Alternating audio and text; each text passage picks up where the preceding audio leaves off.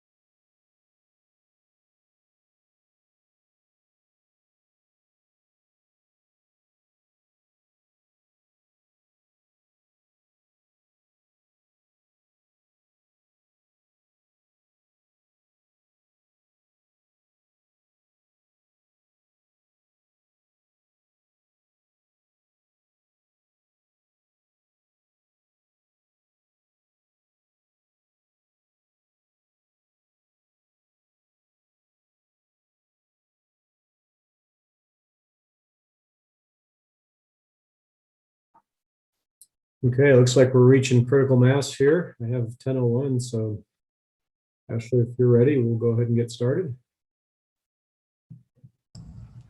I'm ready to go when you are. Okay, thanks.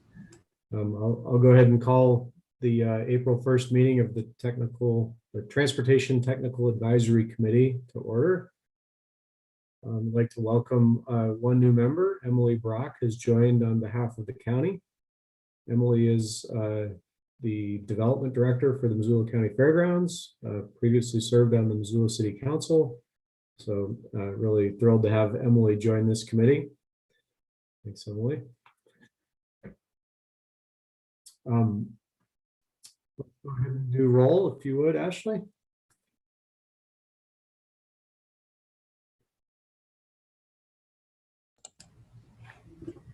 Shane Stack, Here. Sarah Cofield, Present. Corey Aldridge, Here. Ellen Buchanan, Here. Aaron Pehan, Here. Jacqueline Smith, This is Ben Nunnally with MDT sitting in for Jacqueline Smith. thank you. Chet Krauser, Juniper Davis, Present. Donna Gockler, Grant Carlton, Parks and Rec, sitting in for Donna Gockler. Ryan Hammond, Lynn Hellegard, Present. Jeremy Keene, Present. Ben Weiss, Present. Tiffany Brander, Present. Brian Elstad, Present. Bynum Jackson, Eva Rock, Katie Potts. This is Vicky Cernick sitting in for Katie Potts. Okay, thank you. Emily Brock. Present. All right, thank you. This is Karen Hughes. I'm sitting in for Chet Krauser. Oh, okay, thank you. Thanks, Ashley. Would you put the call-in information back up on the screen? So we are continuing to meet virtually. If you are watching from home or on your computer, you can raise your hand to be recognized, or press *9 if you're on the phone, and *6 to mute and unmute. We'll just leave that information up for a minute. While we're doing that, let's go ahead and approve the minutes from March 4th. Are there any comments or corrections to the minutes?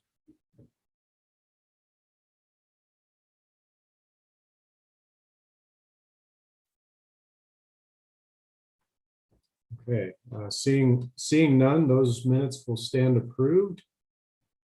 Our next agenda item is public comment. Any public comment on items that are not on the agenda?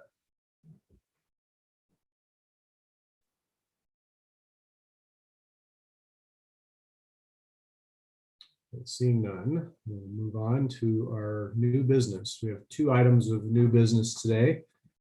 First one is the long-range transportation plan update. Aaron Wilson and Jennifer Weiland.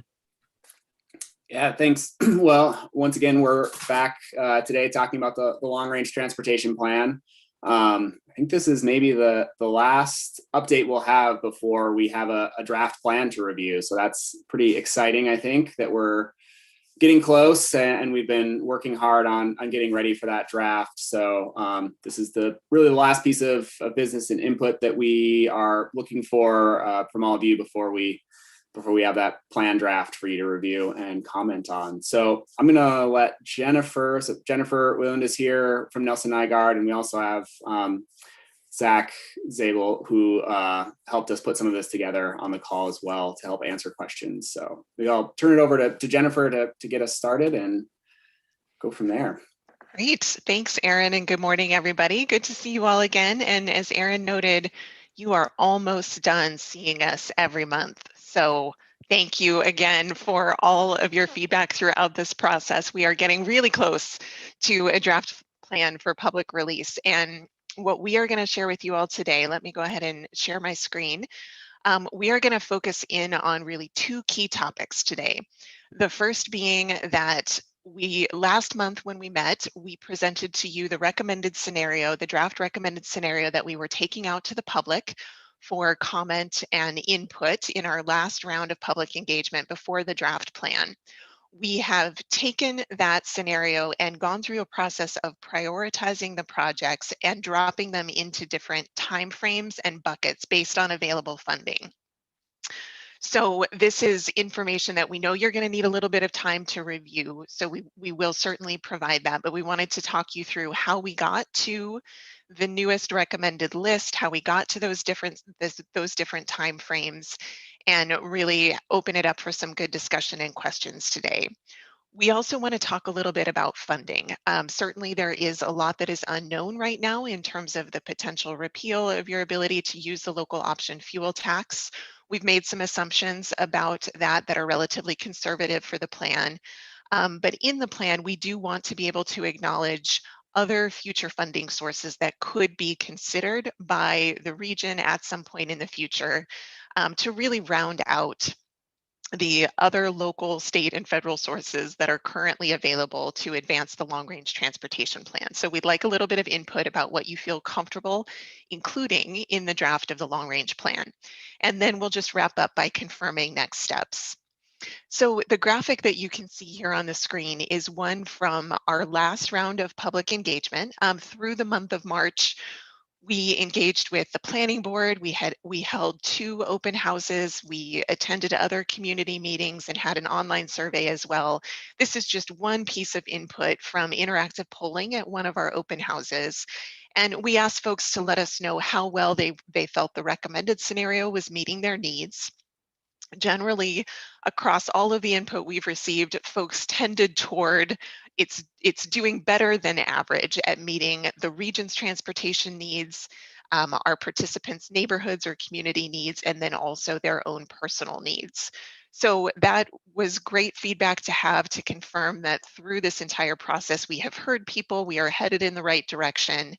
And so it's been really, really good to get that last piece of input as we move forward. So one thing we wanted to bring to you today in terms of a key recommendation that we haven't yet talked about. You really asked us to be creative in thinking about recommendations for the long-range plan and considering new mobility sources. So we wanted to bring this short video to you all and get a little bit of feedback about this potential recommendation for the long-range plan. So hang on one second here.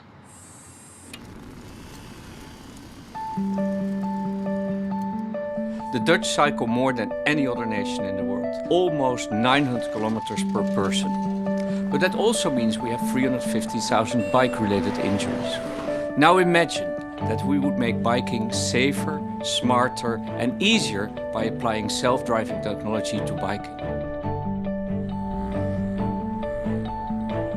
We taught our self-driving bike to figure out where it is, what's around it, what will happen next, and what it should do.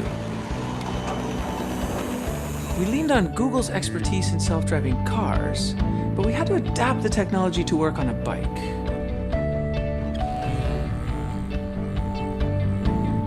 We decided to add 2 additional features. First, you can request the bike to pick you up wherever you are, and we developed a comfort mode, adjusting the pedals to a perfect resting position. I think the self-riding bike could really give a boost to the economy because people could also work on their bicycle. You work in your office, you work in your home, you work in your car. You could even work on your bike. I have so much more time. My kids love it. They're just free. They can go anywhere they want, anytime they want. It's amazing. At the Fietsersbond, we feel that this is the biggest invention since the invention of the bicycle itself. At Google, we always put our users first. With the launch of this bike, we believe we do that again.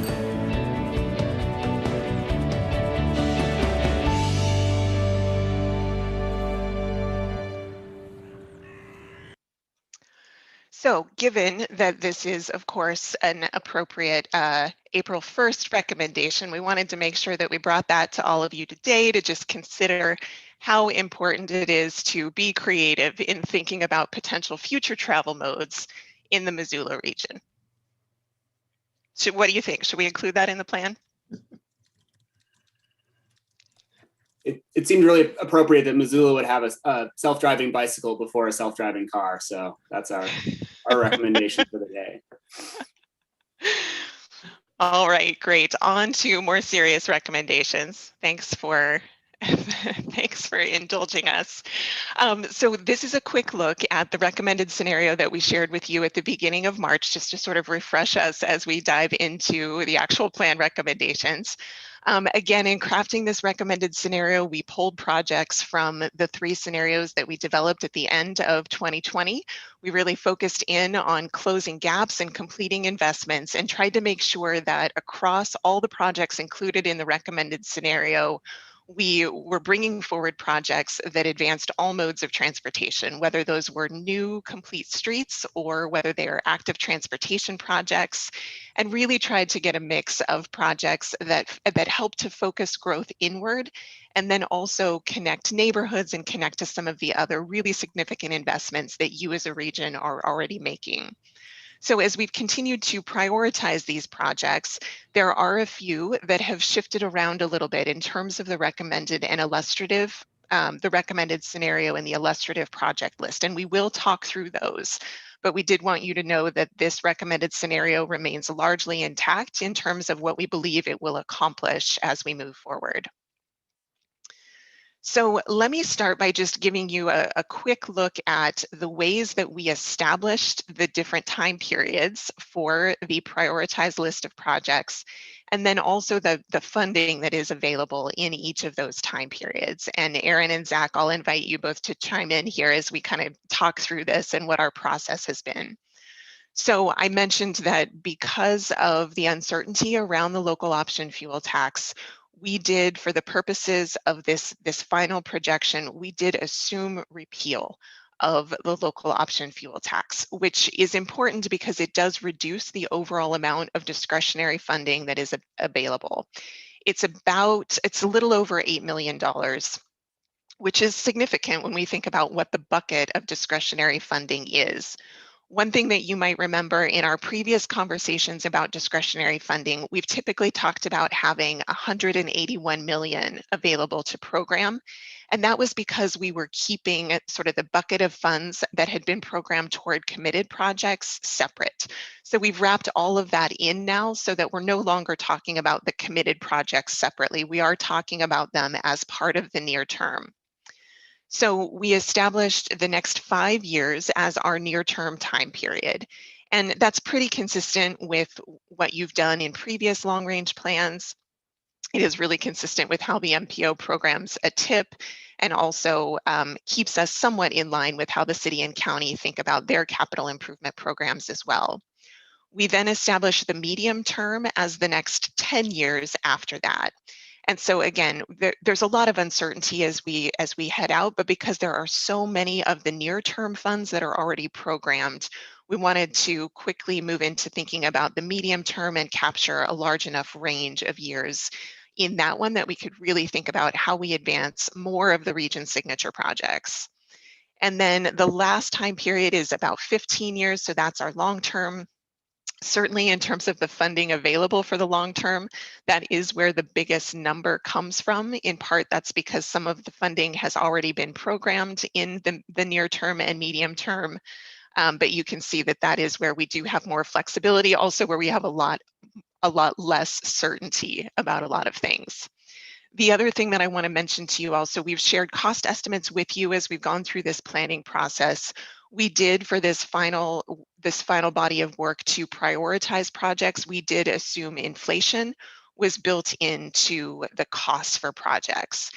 It's difficult to do that until you have programmed projects into different time periods, because what we use is about 0.75% per year, but we do that to the midpoint of each time period, because it's really, I mean, honestly, it's a little unrealistic to say this project is going to happen in 2037. We know that for a fact. And so that's why we use the midpoint when we think about how we are inflating costs. Aaron and Zach, before I move on, anything that I missed in terms of our thinking about the available funding and just sort of how we made some of those assumptions?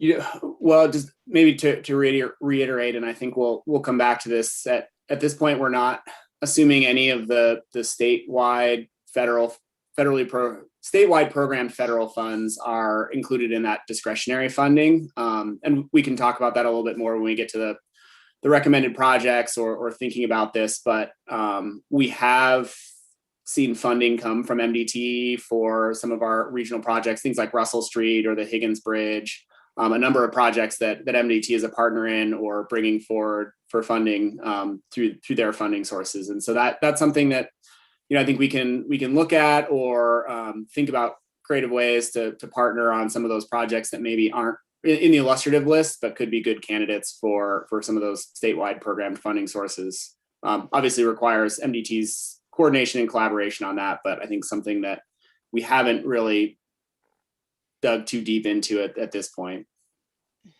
Yeah, thanks for mentioning that, Aaron. And certainly if we do so for our MDT reps on the call, this may be something that we want to have a little more conversation about offline, especially if there is a huge infusion of federal funding. It could be a really opportune moment to think about what the MPO might be able to help program a little bit differently as we move forward.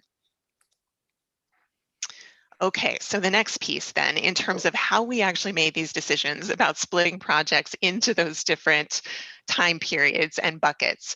And you'll see this when you take a look at the PDF that I think that Aaron has shared with you that breaks the projects down into the 3 different time periods.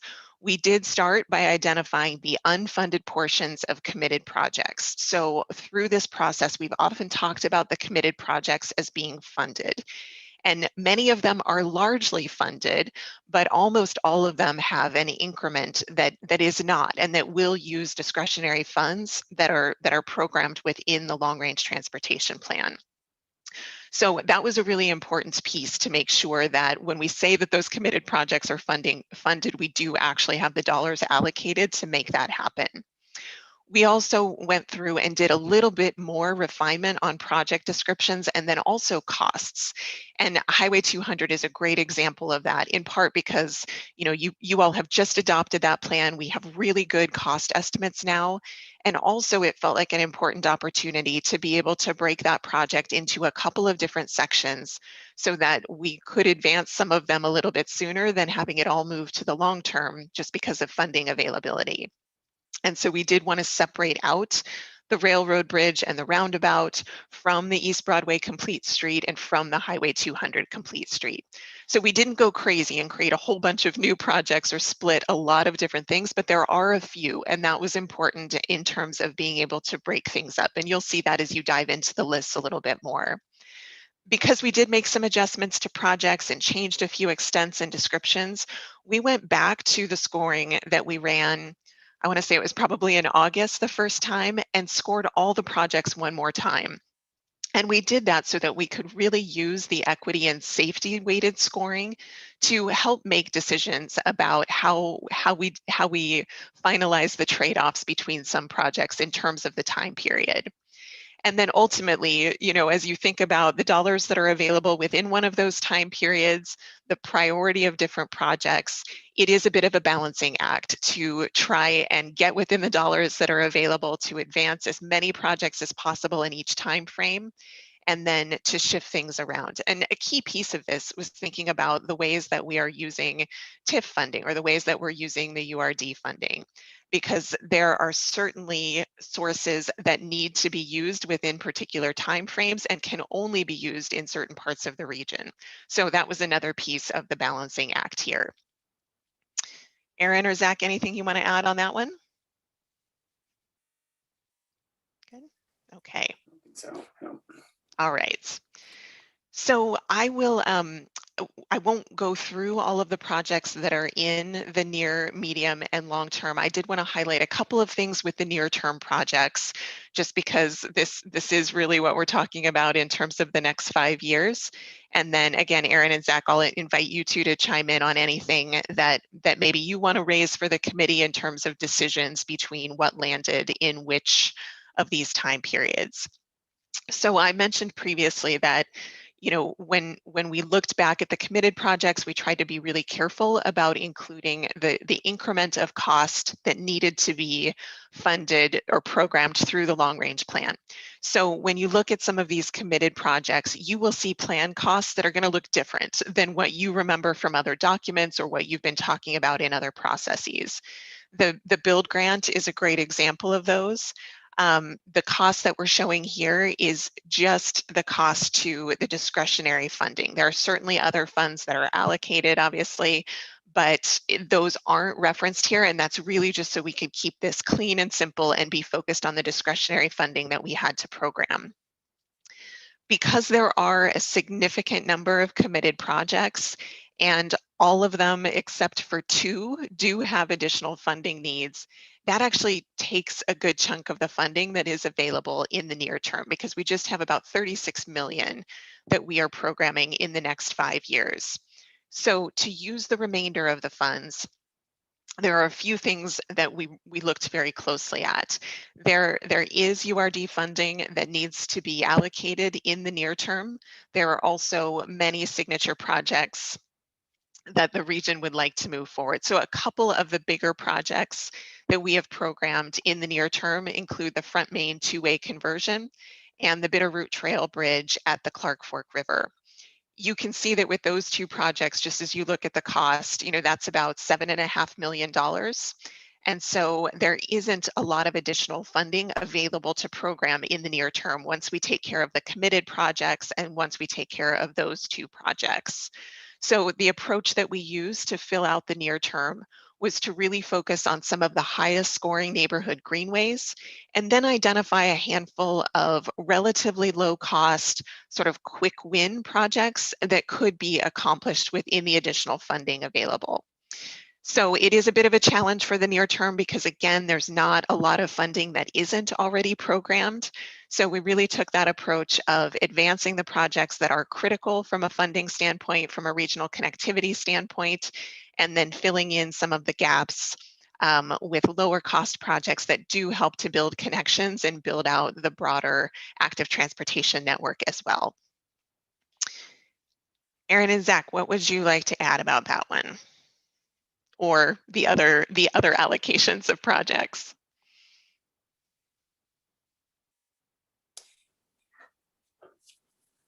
Well, maybe there are some questions. I don't know that I have much data other than we were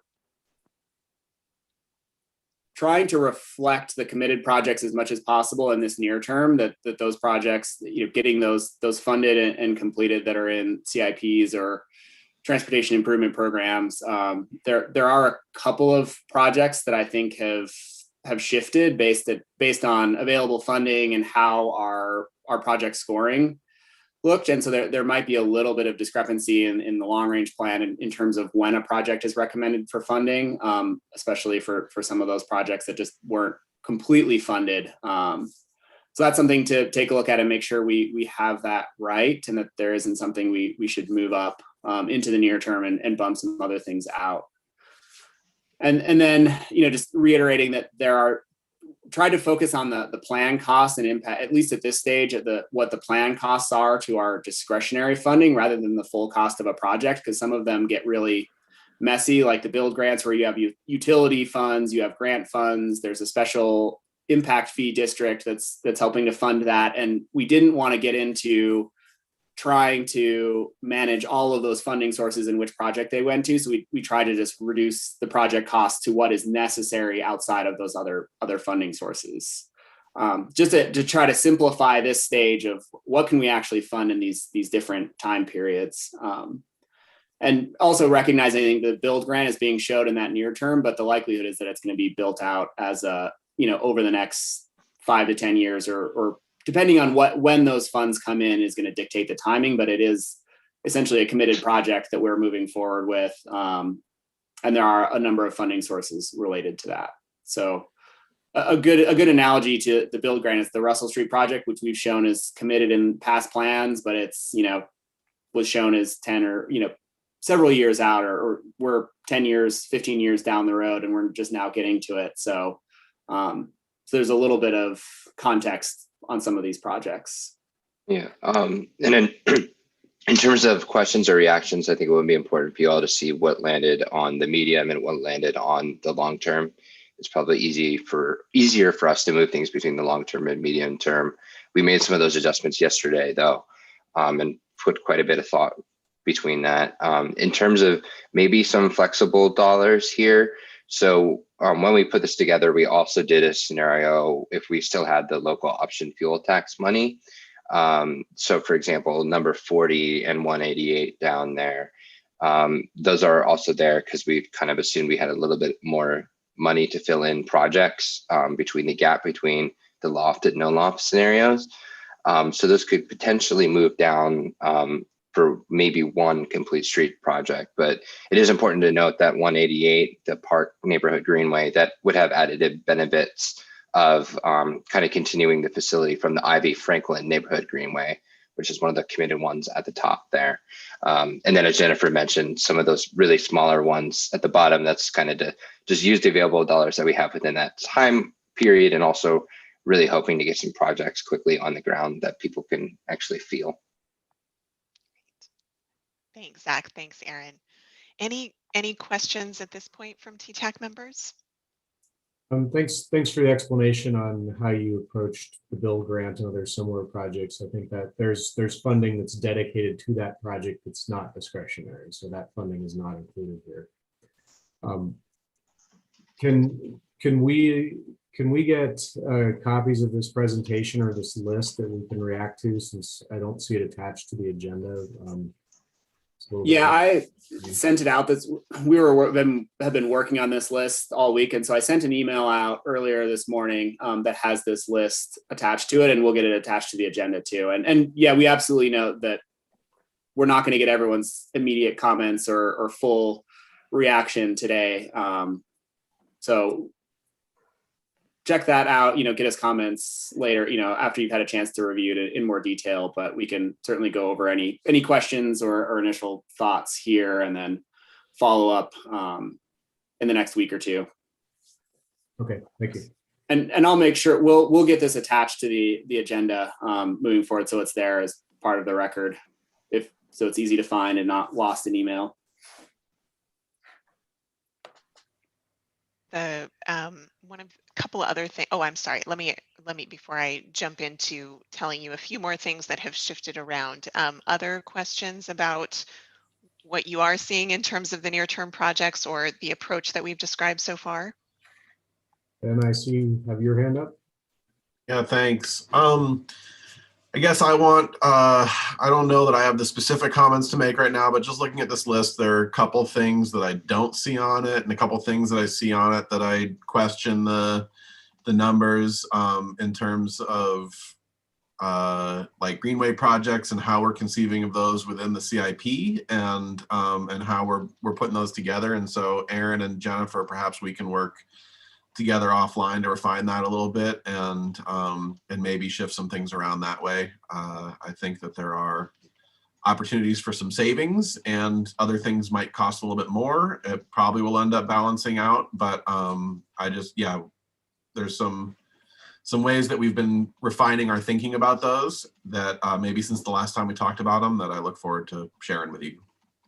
That's great, Ben. Thank you. Yes, we would love to dig into a few more of those and make sure that we're as close as we can be, at least in thinking about how we want to program the dollars.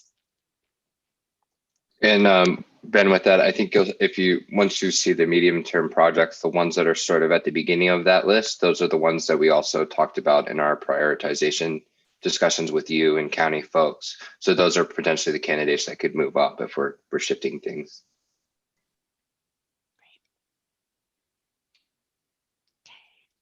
So let me give a few other notes for you all as you do start to dig into the lists.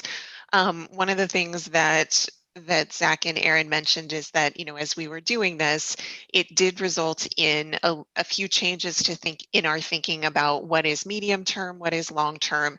It also meant that, especially when we made the assumption that we were not going to have the local option fuel tax funds available, that we did shift some projects from recommended to illustrative.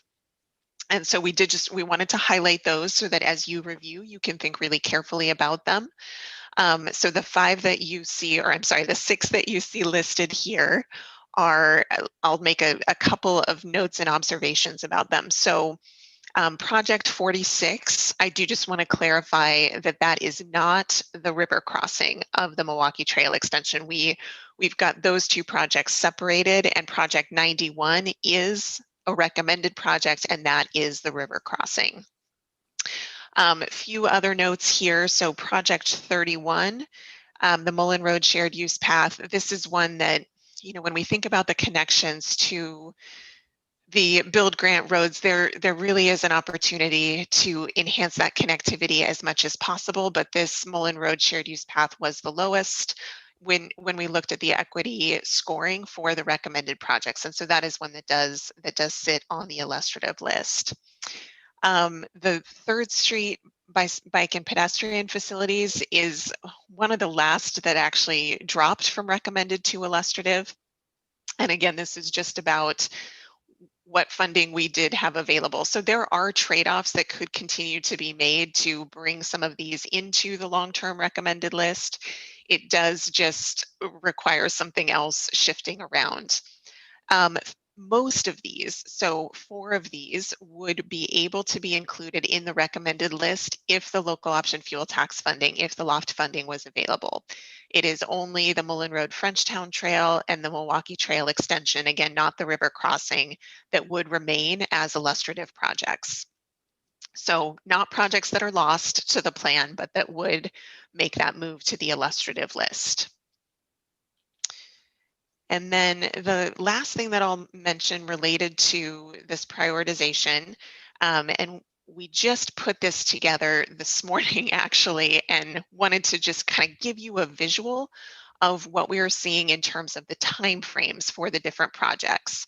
So this is not a beautiful map, just kind of a quick and dirty thing to help us think about how we were prioritizing geographically as well. So the green projects that you see here are those that fall into the short term. So you see all of the committed projects popping up there. You see some of the Greenway projects, the Front Main two-way conversion. A lot of the projects that are, again, in the midterm are both those committed projects and then also those that are really focused on core connections. When we look at the midterm or the medium term, those are the yellow projects. And this is where you start to see some of the bigger complete streets projects that we've talked about through this process. This is where you see the Highway 200 and East Broadway complete street pop out, as well as some of the other key corridors that we've spent a good amount of time discussing. And then in red, those are the projects that are in the longer term. And so again, a lot of these are bigger projects or projects that would require significant funding aside from the discretionary funding that is available in the long range plan. The Brooks Corridor is one example. That is a project that has come up a lot. We know it's an important one, but the funding that it would require for that is just not available before the long term. So this can be a helpful way to kind of think about how you're seeing those projects. But again, we do want you to be able to spend some time with those lists. There is flexibility to move things around within the funding constraints that we've identified. And so I think we'd like to set the end of next week as our desired timeframe to have some initial feedback from you all on that so that we can incorporate your thoughts before we share this with TPCC a little bit later in the month and then wrap it into the draft plan that will go out for public review. So before we move on and start talking more about other funding sources, any additional thoughts or questions about what you're seeing so far this morning?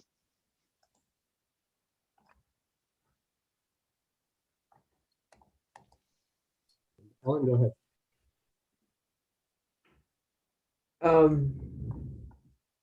Can I jump in? Yes, please. So I've been seeing some, I don't think anybody knows what's going to happen with the infrastructure bills and the money and all of that, but I have been seeing indications that in order for projects to qualify for some of the federal funding that may be being pushed through in the next, year or so, has to be on TIP and STIP and those sorts of things. How is that factored into this, and how does that relate to this? And of course, I'm talking about Front Main.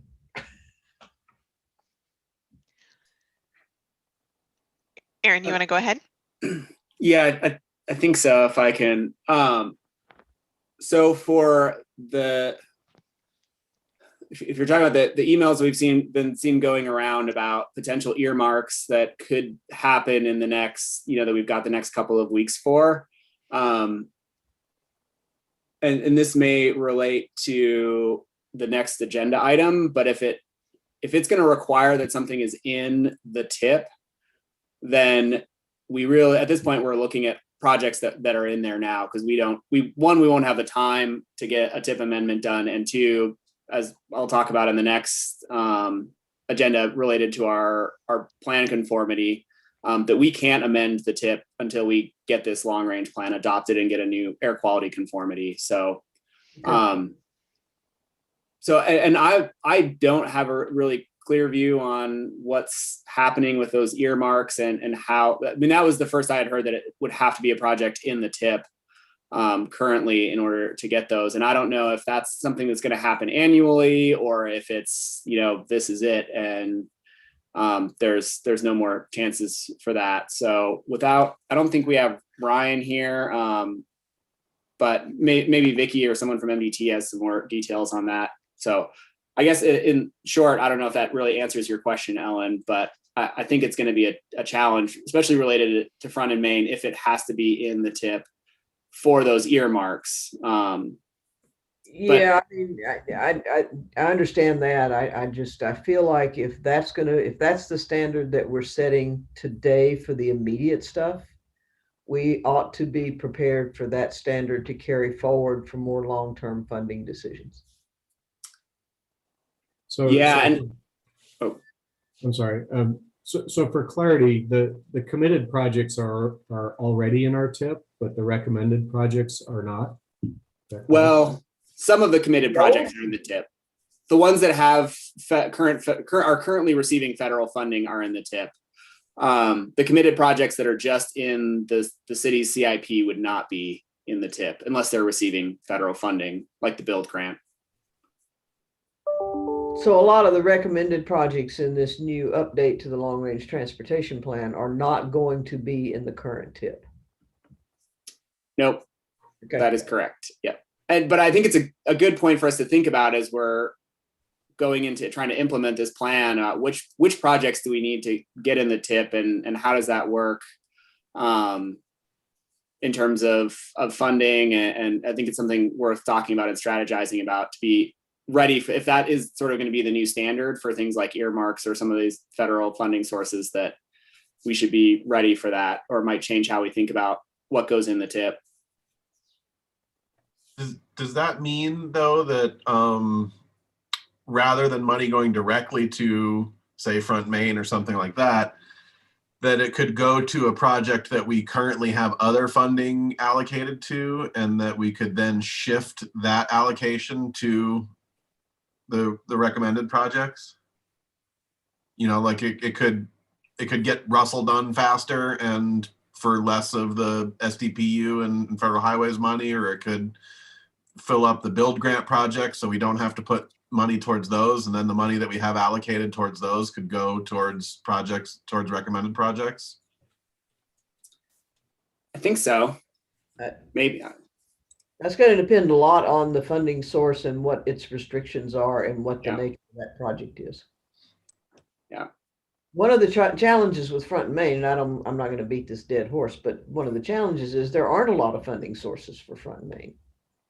So the infrastructure money looks pretty attractive right now because we don't have capacity in the urban renewal districts to do the whole shooting match.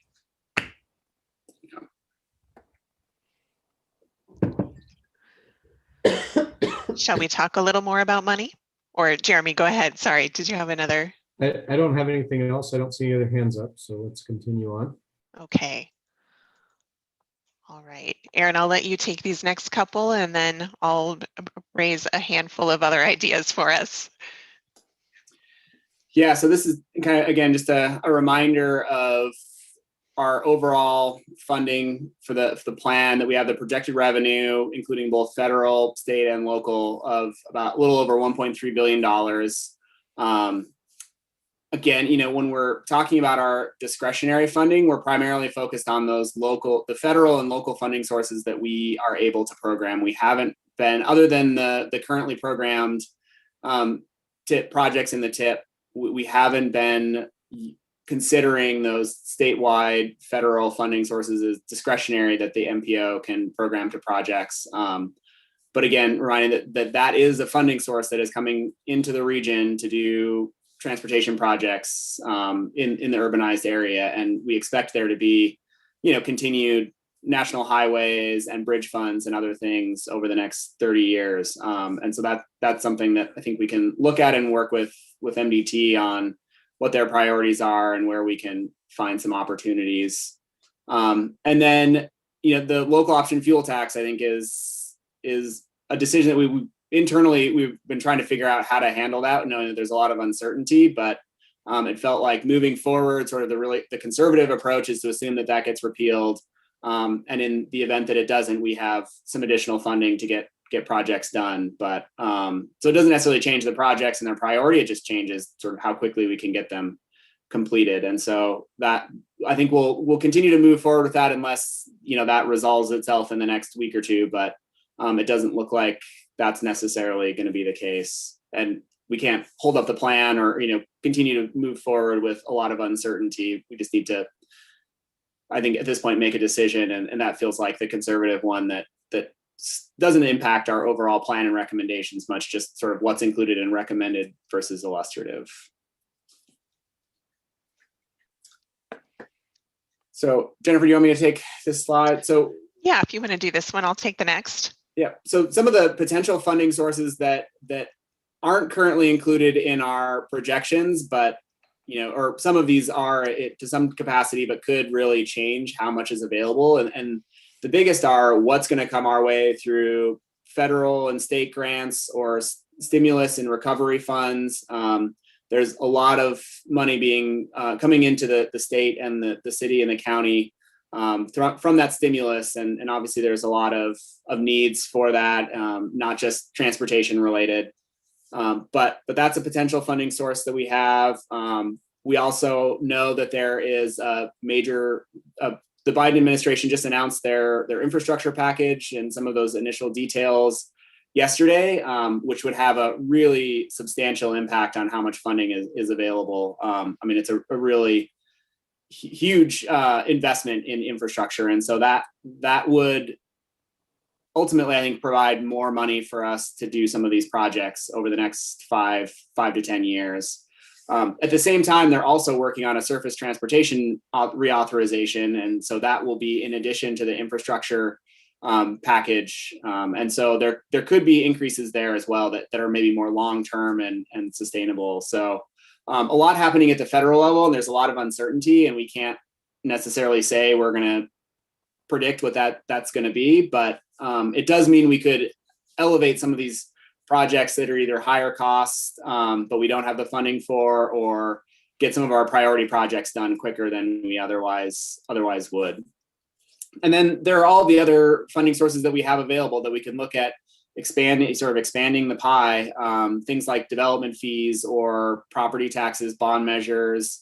We often use special improvement districts, and I think we'll continue to do that for specific kinds of projects. Maybe not the ones that are in this list, but that could be a tool that we use to help complete a project. And I think it's worth thinking about that and how much we want to include those in the long range plan.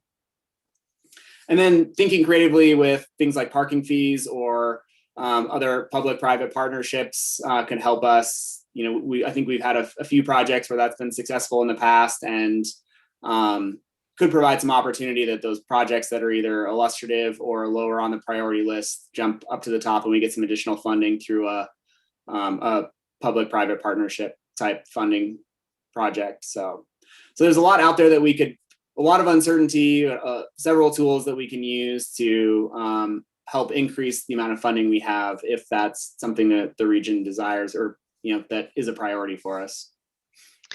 There's one thing that I want to note too, just in terms of the way that you all have helped to shape this plan and even what we have used in developing the prioritized recommended list, which is tied to the potential for future federal funds, whether those are, whether they're grants or other stimulus or recovery funds. So the goals that you have set for Missoula Connect for the long range plan are really consistent with what we are hearing in terms of the priorities from the Biden administration and from the Secretary of Transportation. So we feel really good about the way that you are positioned with many of these projects. And then in terms of going back to our original scoring and using projects that scored well when we waited for equity and safety, we also feel that that is really consistent with what we are hearing as core priorities from the administration. So feel really good about what we've got on the near-term list in terms of helping you be grant ready or be ready for some of those stimulus funds that come. Because I know that is critically important. Yeah, Aaron. Yeah, I think I'm glad you brought that up, because one of the things I was reading yesterday is that there's a big emphasis on maintaining existing roadways, not necessarily expanding capacity, that is a big emphasis of the infrastructure bill. And then Vision Zero and safety, that is going to be, that there's going to be set aside money, and there's a really big emphasis on reducing serious and fatal crashes and achieving even potentially funding specifically for implementing Vision Zero plans. And so I think that is a good sign. We have a lot of projects and we've made that connection. And I think we're, like Jennifer mentioned, are very well situated to help to tap into those funds and make the case that what we're doing is achieving both maintaining roads and improving safety. Great. So the last thing that we wanted to put in front of you today is, so I just want to acknowledge these funding sources that we're going to talk about. I am not recommending that these are the right sources for the region, but we did want to be thinking creatively about what are sources of transportation funding that other states are using. These are sources that you could acknowledge as possibilities in the long range plan, but almost all of these, and maybe all of them, are not enabled by legislation in the state of Montana, and so would require state level action. They are also really heavy lifts in most cases, regardless of the state or the jurisdiction that we're talking about. But I did just want to toss these out as ideas and just get a little bit of quick feedback about whether any of these are just complete, like nobody would ever be interested in talking about this, don't even talk about it in the long range plan. So we've talked a little bit in past meetings about the fact that regardless of what happens at the state level currently with the local option fuel tax, gas tax is a declining source of revenue as vehicles become more efficient. And so what many states are exploring, including some pretty conservative states across the nation, there is a lot of exploration happening for a vehicle miles traveled or road usage charge as a supplement to the gas tax in some cases, and then also as part of demand management. So that is a source of funding that could be considered. The little graphic here is one from Oregon. So their program has advanced a little bit more than some states, but Hawaii is considering this, Washington State, Colorado, handful of places across the country, and those are just a few of your sort of neighboring states, except Hawaii. Looking at a local option sales tax is something that, is the source of revenue that could be considered. Sales tax can be a more regressive form of taxation, and so can be a little bit of a challenge for a variety of reasons, but it also can be a pretty significant source of funding. A general excise tax is another type of tax on businesses. So companies that do business within an area, whether that's a state or within a region, that's another type of tax that could be considered, another funding source that is being used for transportation projects in other places. These next couple, so employee head tax and a large business payroll tax, these are typically done more at a jurisdiction level. They are challenging to implement, but the idea is that for places that are seeing a really significant growth in jobs, the idea of having employers pay by employee and having that funding go to transportation projects is one that has been used in some places. The large business payroll tax is another wrinkle on the employee head tax. And when we've seen that used or proposed, it has really focused on higher paid workers and charging a payroll tax that then again goes to pay for specific types of projects. There are some jurisdictions that are exploring a local income tax. I don't know of anyone who has done that successfully yet, but it is something that is coming up more and more often. Many cities are exploring pricing in terms of tolling roadways, tolling corridors, or thinking about congestion pricing. That's not a strategy that I would say at this point would make a lot of sense for the region, but it is important to keep in mind as a future source. And then of course, depending on what happens in terms of the gas tax, there may be opportunities to think about that one slightly differently. So any reactions to any of those potential sources or questions? Ben, go ahead. Yeah, I guess this is a good list and pretty exhaustive. I'm curious if like carbon pricing was considered at all, or like a source level carbon tax. That would probably have to be a national thing, but that would probably be the most fair and the most beneficial. And then the other one that I wanted to add or consider, maybe as part of the VMT or road usage charge, or maybe standalone, but a vehicle weight tax, because that helps get at electric vehicles, which are super heavy. A full-size electric vehicle is about the weight of a large pickup truck. And so when we're talking about wear and tear on the roads, it would be a way to recoup some of the costs that they still are kind of infringing on the roads. Then those are great additions. We could add them to the list. We haven't had any conversation about a carbon source tax. I think you're right. It is one that, again, like all of these, would be a heavy lift, and there are challenges there. Certainly a weight tax or sometimes a fleet tax is the way that other places have approached it. Those are great options to add to the list for, just to acknowledge that those are potential funding sources. I've got Ellen up next. Yeah, so I think terminology and language can be pretty important in things like this. I don't know how prominent this will be in the overall long-range transportation plan, but I know at times we as a city have tried not to use the term local option sales tax, but target it more specifically to tourists or whatever, so it's not quite so regressive. Let's make our terminology consistent. And I think that, local option sales tax is a lightning rod. And I guess, and I understand this is an illustrative list, but there's some things on here that are just probably going to be total non-starters. Do we want to take those off the list so that this plan is not suggesting that we support those, or have enough of a disclaimer in big, bold red letters that somebody would, because people don't read text, they read lists. Mm-hmm.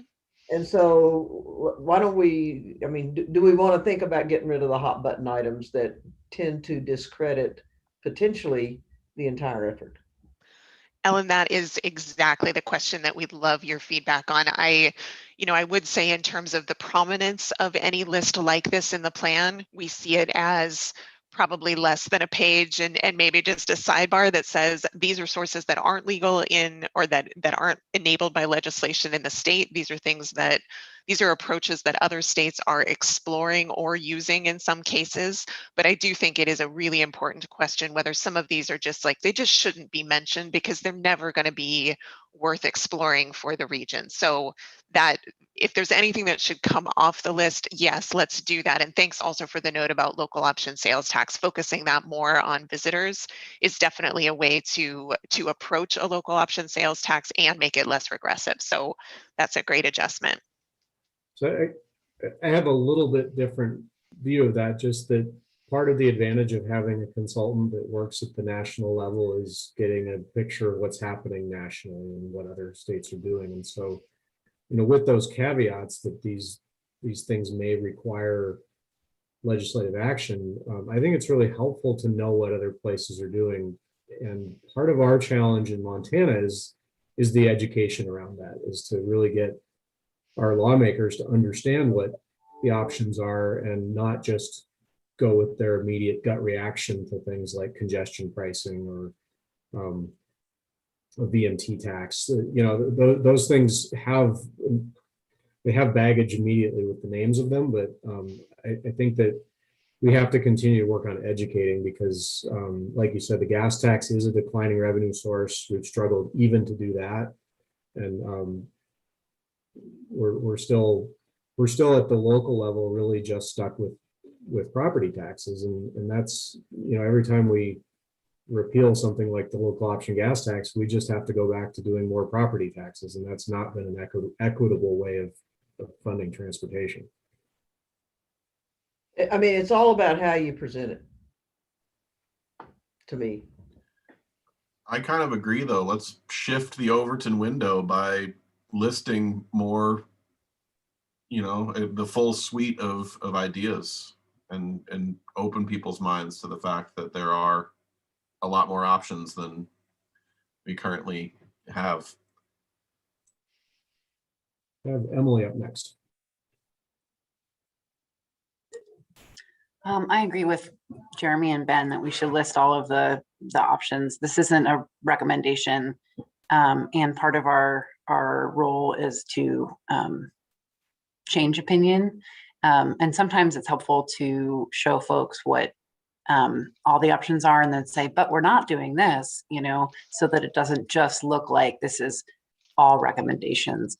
But I definitely agree with Ellen that we need to have something, we need to say tourist tax somewhere in there, wherever it fits under maybe parentheses, local option sales tax or something like that. I think that's a really important distinction, and that language matters, but that we should list it all and try to move the needle in terms of expanding people's minds. And then I had a question. Does the plan actually talk about the declining gas tax revenue and talk about how much we bring in every year in gas tax, and kind of show like the curve of where that's expected to go, and how much we're expected to lose in terms of our overall revenue stream, to show that we're going to have to supplement that? We have not created that graph for either the state of Montana or for the region, but we do talk about the fact that gas tax is a declining revenue source. I like the idea of having a graphic that sort of shows how that gap is widening over time. So that's a great suggestion and something we could absolutely do to help illustrate the need moving forward. Well, and I think, a lot of times when you're talking about taxes, if you tie it to kind of an example of a specific project, like if this gas tax goes away, here are the things we're not going to be able to do.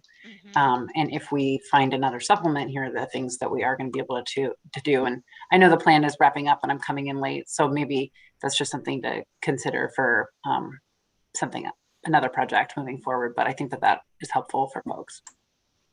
That's a great suggestion. Yeah, thanks for that. It's not too late. We are at the point of really refining the language that is in the draft and starting to move things into layout and creating those final graphics. So that's a really great suggestion. Thank you.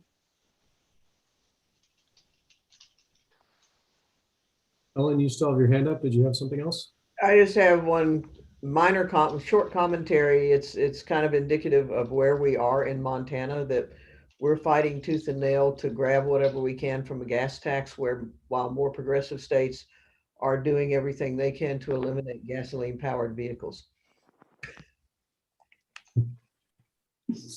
Yeah, so true. We have to get ourselves in a position to be ready for the next 30 years and not the last 30 years. Well, and I'm glad you brought that up, Ellen, that again, with the infrastructure bill or infrastructure package that the Biden administration is proposing, there is a lot of funding for increasing electric vehicle infrastructure and production. And if that is successful, that is only going to accelerate the decline in our gas tax revenue and sort of put some pressure on some of these other just shifting funding sources. That's the direction we're headed in, and we need to be thinking about that and prepared for it. Does the state, even as nobody in California is allowed to drive a gas powered vehicle, and they come here to recreate. They're all bringing their electric cars. does the state language around restrictions in the gas tax talk about gasoline specifically, or does it talk about energy to fuel the cars? Like, if we were to implement some kind of electricity tax, is that already prohibited in state law? The state gas tax laws are very specific, and the local option gas tax was specific to gas and didn't even allow diesel. So there would have to be changes in state law to tax electricity.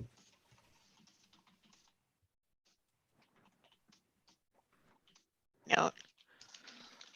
Okay, so I feel like I am hearing at least some comfort with acknowledging that these are sources that other states are using or exploring, being really careful about the ways that we talk about a few of them. So framing them, for example, the local option sales tax, framing that around a visitor tax or some way that really makes it feel a little bit more relevant. And then of course, heavily caveating that these aren't enabled by legislation right now, but being clear that they are being talked about in other places. I've got one question about messaging. So for the visitor tax, what about a hotel and resort fee? Would that be contentious? Something that I know San Diego, Las Vegas, those types of places have those.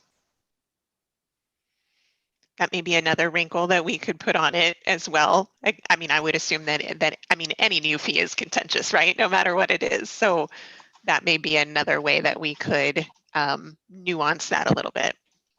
Well, with the local option sales tax, we don't need to reinvent the wheel. We just need to be consistent in our terminology with what the city's been using as we've lobbied every 2 years to try to get something passed. Let's just use the same terminology that's coming out of the mayor's office, for instance, and the county.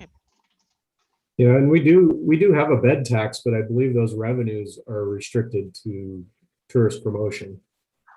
Excellent. Okay, great. Sarah, did you have a question, comment? Well, yeah, because I think anything Missoula does, the legislature is going to nix. Just anything we try, because they hate Missoula. Is there anything that other cities and counties in the state have done for their transportation revenue that we could try to adopt? Like, this is me just not knowing. But instead of only looking at what more progressive states have done, can we see what has Billings done? Because Billings can get away with stuff because it's Billings. Is there something that other communities have successfully implemented that has flown below the legislature's purview that we could look as options for Missoula? And the answer might be no. It might be nobody has any money, nobody's trying to get more money, our infrastructure is going to fall apart. That might be the answer. I'm just curious if instead of looking at what states that are trying to do right by the environment, we should also realistically, for our prospects, see what other communities are allowed to do by our legislature. Because Missoula, anything we do, it's going to be targeted. I wonder if Vicki, if Vicki's still on, if I am. you have any thoughts from other MPOs or other cities or counties. Well, as Sarah mentioned, you guys are the most progressive and on the cutting edge. So Sarah already answered her own question. No, other than, you guys know that Bozeman also has their local fuel tax that they're trying to keep as well. Yeah, Billings and Great Falls don't have any special pots of money or haven't figured out anything that provides them a revenue stream. This is really an urban versus rural challenge, because I think that if you talk with the other major cities in Montana, we're all pretty well aligned and have really similar problems to deal with in terms of transportation funding. When you get into the rural areas, these kinds of taxes are seen as regressive or unfair to rural areas that have longer distances to drive and are impacted more by things like fuel taxes or vehicle mile taxes. So it's really a challenge in Montana just because of our geography and the way the population is distributed, that you really have a different set of needs and challenges in the urban areas than what you have in the rural areas. Sorry, there's not better news on that, Sarah. Well, I wasn't expecting it, but that maybe Billings, because they're nice and red. All right. Well, I know you all have another agenda item. Jeremy, are you seeing any other comments or questions from folks on this? I don't see any other hands up. Okay. Well, thank you for the great ideas and guidance on this today. Just as we wrap up, so a reminder of what comes next. We are on track to be able to release the public draft of the long range plan it'll be about a 1-month review. That will be released at the end of this month. So we will be coming back to TTAC at the beginning of May to just give you a quick run through of what is included in the plan to help support your review of that as well. And then we'll be making revisions in the latter part of May and ideally bringing that back to you with a recommendation for adoption in June. So all the pieces are coming together, as you can see, based on the fact that we're now talking about, what is happening in other states, other sources we can consider, the final prioritization of projects. We really are at those last couple of steps. So the key thing that we would ask from you all over the next week is, again, if you could spend a little bit of time reviewing that prioritized list of projects, share any feedback, happy to have discussions one-on-one or with small groups as helpful. But that is something that we'd like to have wrapped up by the middle of this month so that it can go into the draft for public review. So that's what's coming next. Aaron, anything that you want to add as we close? I don't think so. Oops. Appreciate the discussion today. I think it's been really helpful. So we'll be hard at work for the next couple of weeks trying to get that draft ready. Okay.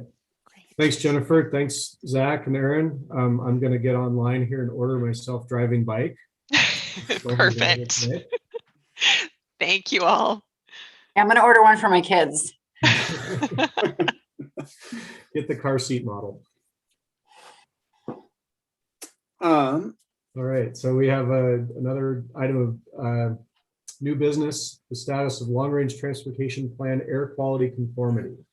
Aaron. Yeah, and this is a really quick update. So I attached the letter we received from FHWA. We knew this was coming. It hopefully isn't a surprise and isn't, I don't think is all that impactful. It just essentially is saying that because we have a 4-year conformity period for our long-range transportation plan in terms of the air quality analysis. We've now, as of April 10th, we will be outside of that 4-year conformity. But we do have a 1-year grace period, which starts on April 10th or April 11th. And all it means is that it essentially freezes our transportation improvement program. So we can't amend or make any changes to the TIP until we have a new air quality conformity based on our plan, long range plan update, which we hope to have. As we just mentioned, we're shooting for having the plan adopted in June.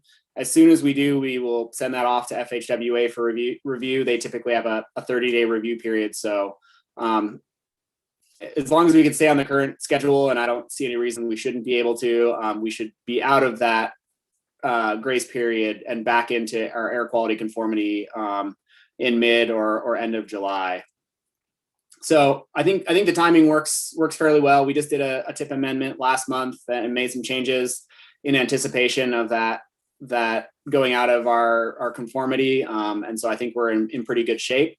The one area where it might affect us, although I don't know that there's enough time to really make changes to the TIP anyways, are related to the earmarks that are potentially being programmed right now. But I think that's, again, that notice came to us pretty late and we haven't had a lot of time to react, but we do have a number of projects in the TIP that we could request funding for. So I think that's good news. And then as far as schedule, if we can get our conformity approved or reestablished in July, that puts us in good shape to come back to the TIP and adopt a new 2022 through 2026 transportation improvement program. So thinking about sort of what that next 4 or 5 year period in the next upcoming fiscal years and getting a new TIP adopted. So that's all I wanted to just give the update. We received that letter. Commissioner Strohmeyer wanted to make sure that everyone had that update as well, just so we're all aware of that and on the same page. So That's all I Eric, have. question on that, if we have a project like the Build Grant project that needs to do an adjustment to the budget for that project, does that fall under a TIP amendment? Yeah, well, depending on the magnitude of the change, and maybe if Vicky's, wish Ryan were here to answer some of the fine details, whether we can do just administrative modifications to the TIP that wouldn't technically be an amendment. So if changes to a project are within a certain range, we consider those to be administrative changes and not amendments. And I don't know if we can make those, but yeah, otherwise, any changes, we can continue with projects that are and phases that are currently programmed, but we can't add new projects and or new phases to projects. So, but that's something, if there is a budget change needed for build, let me know, Jeremy, and we can work on that or see what options we have for if it's just a slight change in funding. So we're on target to have our final pricing kind of late April, early May. And at that point, we may have to, depending on how that pricing comes in, we may have to add some money to the project. And that wouldn't be adding federal funds though, right? It would just be adding local. Yeah, so I think that should be fine because the federal funds are already programmed in the TIP. So I think we should be good with that. Okay, thanks. And you're correct, Aaron. I think the administrative modification would be fine. It's just the adding or changing of phases or projects. Yeah. Okay, well, sounds like it's important that we continue to get this transportation plan finished up and adopted. I think it's in good shape. Looks like it's coming together real well. So just as a reminder, that date was April 9th to have comments by the end of next week. If you have anything on those lists of near-term, mid-term, long-term projects.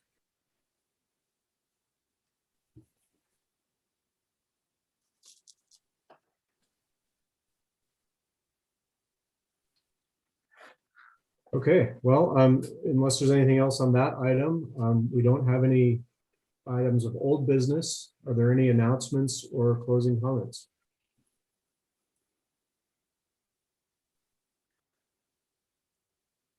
Maybe just the only other announcement, we've talked about it a fair amount, but I just encourage everyone to take a look at the details that are coming out on the infrastructure package and the surface transportation bill. I think there's some really interesting stuff in there, and it's worth all of us, I think, being on top of that. So we're ready to anticipating that funding when it's available and being able to take advantage of it as much as possible.